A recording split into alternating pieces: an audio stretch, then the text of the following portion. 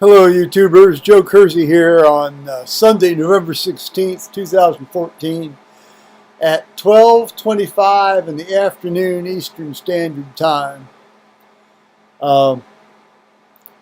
First, some housekeeping matters. I had mentioned yesterday that our plan was to watch the various launch and docking activities of this new crew going up to the International Space Station, but apparently that's been moved to November 23rd, next Sunday. Now, I may well have misunderstood the actual proper day for that docking, but gosh, I had it written down that way, from about 2 or 3 weeks ago. So, well, anyway, that's been changed. Today would have been my mother's 104th birthday.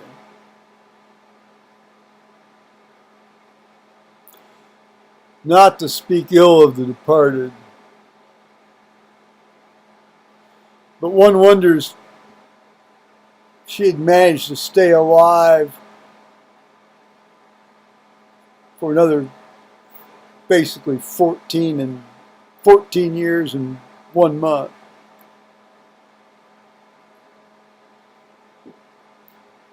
One wonders, excuse me. See, I shouldn't be saying this. One wonders how toxic she would have been by then in terms of her attitude toward me. Well, people are what they are.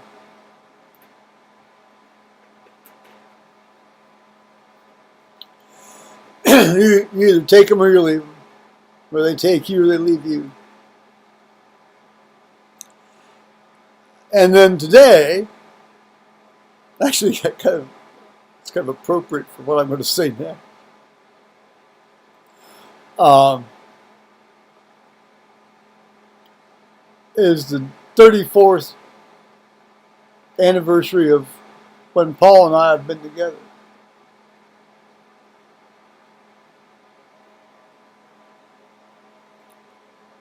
As some of y'all have pointed out to me, and I appreciate y'all taking an interest in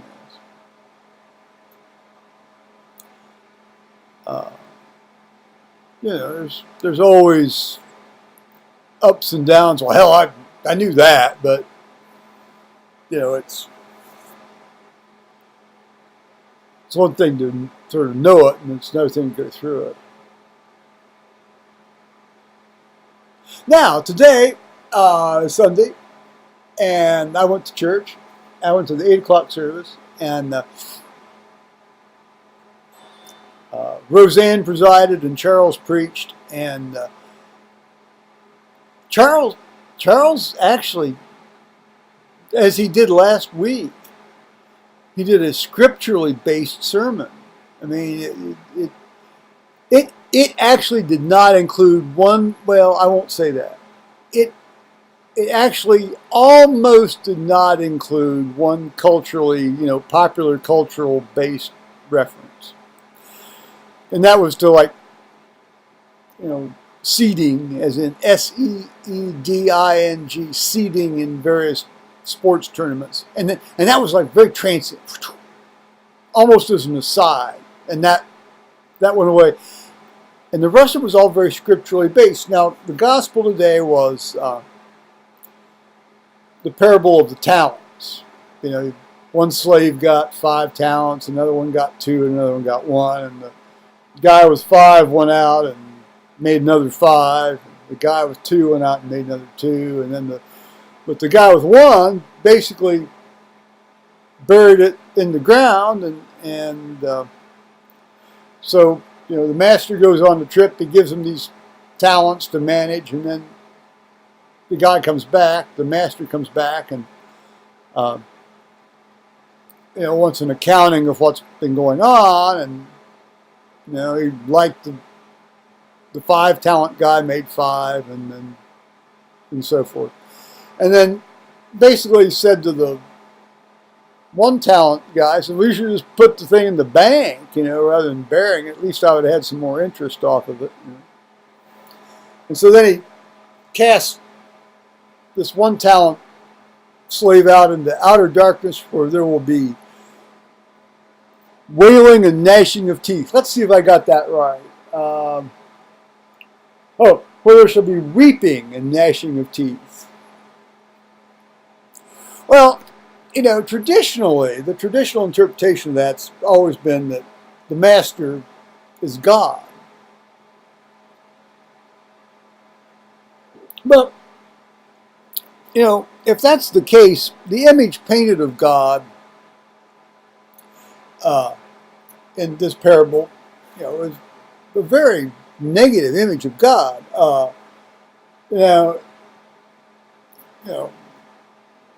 The one talent slave says, Lord, I knew thee that thou art an hard man, reaping where thou hast not sown and gathering where thou hast not strawed. And I was afraid. Well, that's not the image of the loving, merciful God that most Christians know.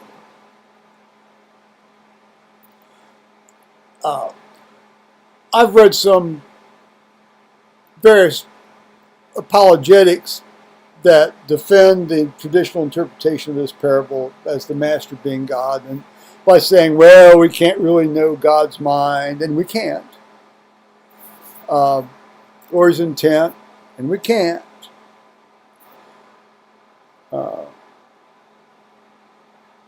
But Charles today offered a very interesting interpretation, and he said,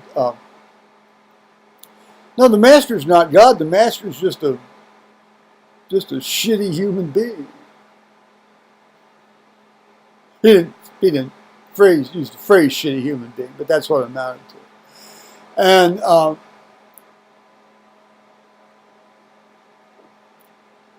he said the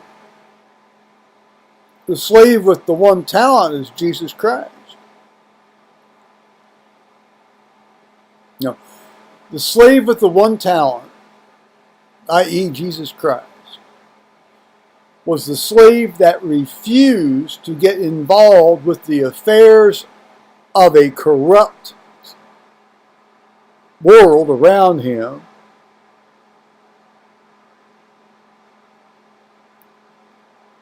to his own personal gain.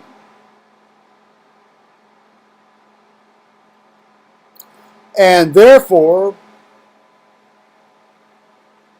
he, which also then can be taken to represent the church, is cast out into the outer darkness, meaning the outer darkness of the bulk of the way the world does its business.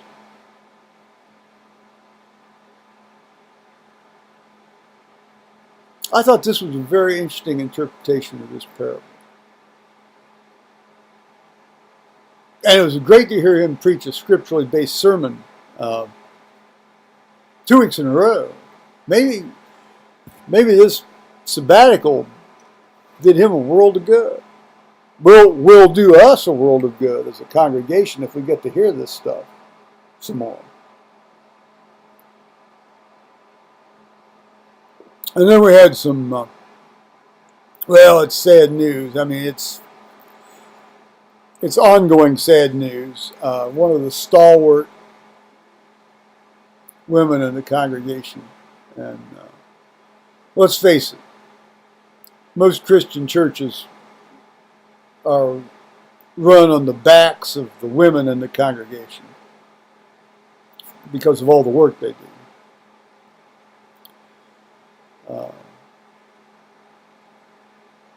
She's been very poorly here for the last several months. She's an individual who had carotid and reoperation for a complication, and in rehab, and she's got diabetes. She's been in sort of low-grade chronic renal failure, albeit of the more or less high output variety, for quite some time. And some of those folks can do quite well. I mean, I've known several that have gone into their 90s with careful management. But apparently, she put on 50 some pounds of fluid, which would be pints a pound rolled around. And it's 50 pints of fluid. Do the math. It's 25 liters of fluid. And there was talk about perhaps they're going to dialyze her.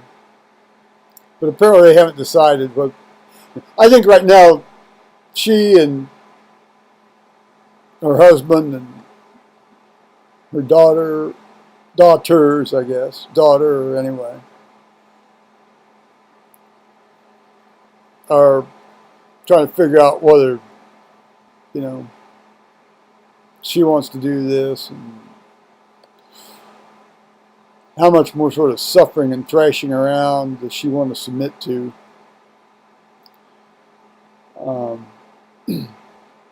And how recoverable from this state is she? Actually, that's a hard question because I've seen some people, they dialyze them and they get them kind of tuned back up, and they'll do all right for a few months or years. And I've seen other people that just, it's like, what are you going to salvage? I mean, person might be alive, but it's not really a functional life. It's you're tied to every other or every thrice daily or every fourth, 2 to 4 days, and you have to be dialyzed. So she certainly would not be a candidate for a renal transplant. I wouldn't think anyway. So this is going to be a sad blow. She had asked Charles for a crucifix. Something that she could look at, use as a focus for prayer, hold. Well, turns out she wanted one she could hold. What he had proposed was bringing in it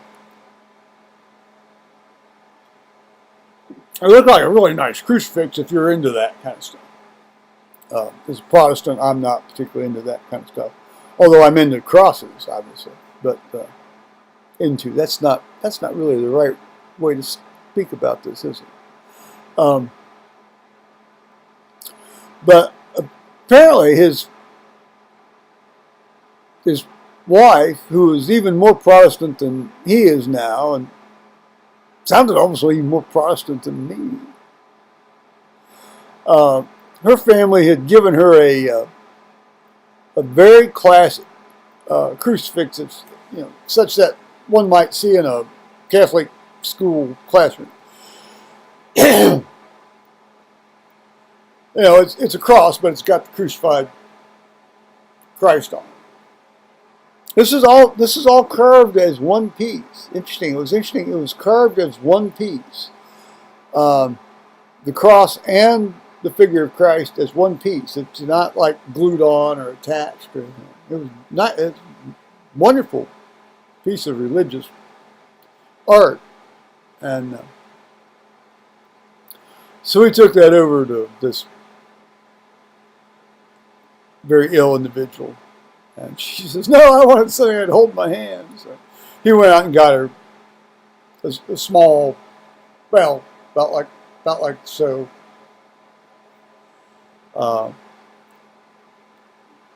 Painted crucifix from I think it was El Salvador, or was it Ecuador? Well, it was from a Latin American country.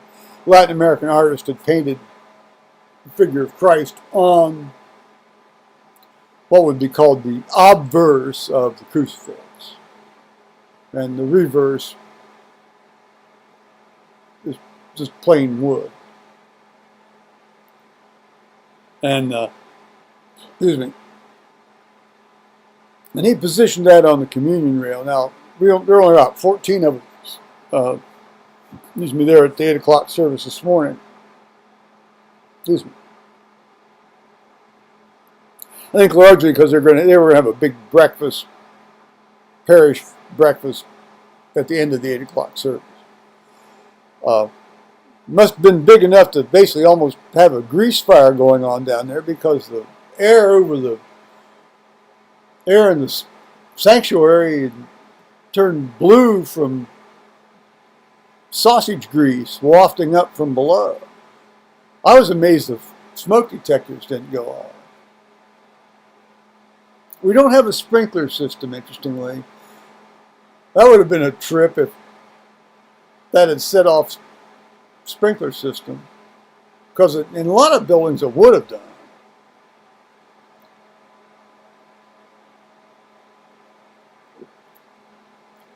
So he set this thing on the communion rail, and as you know, I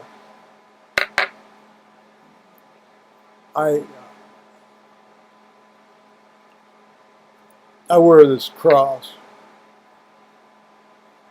and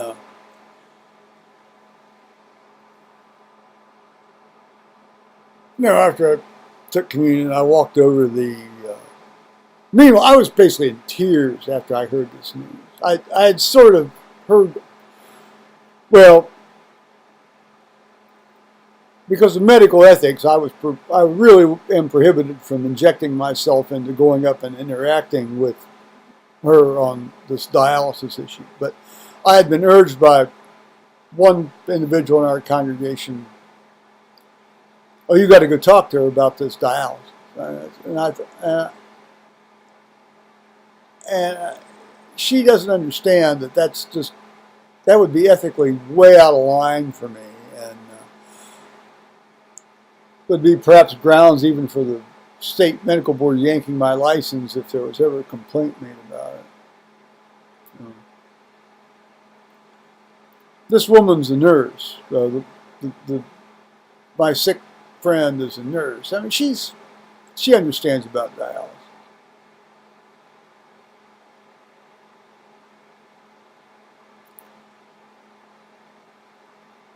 So I went over then to this cross. I picked it up, and I clasped it, here against my cross.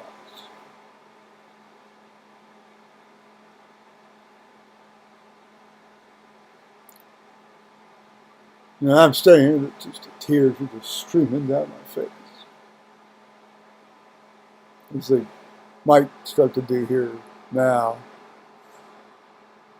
Probably not. I generally tend to have one or two episodes when somebody's close to me getting ready to die.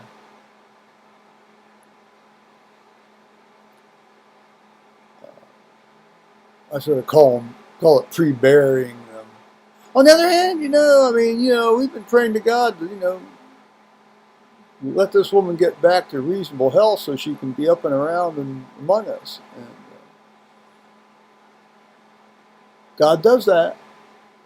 He did that to a guy with lung cancer here a few years back. This guy was going to be toast. Into the lawn. 3 or 4 months later, everything went away.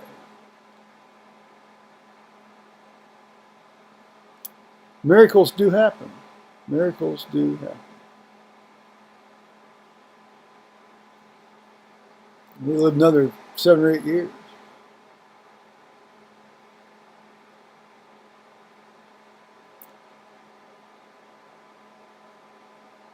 So that was the day here up until 12:45. I'm hoping my son will come up and pick up this computer, and maybe we can make a little video about that too. Until then,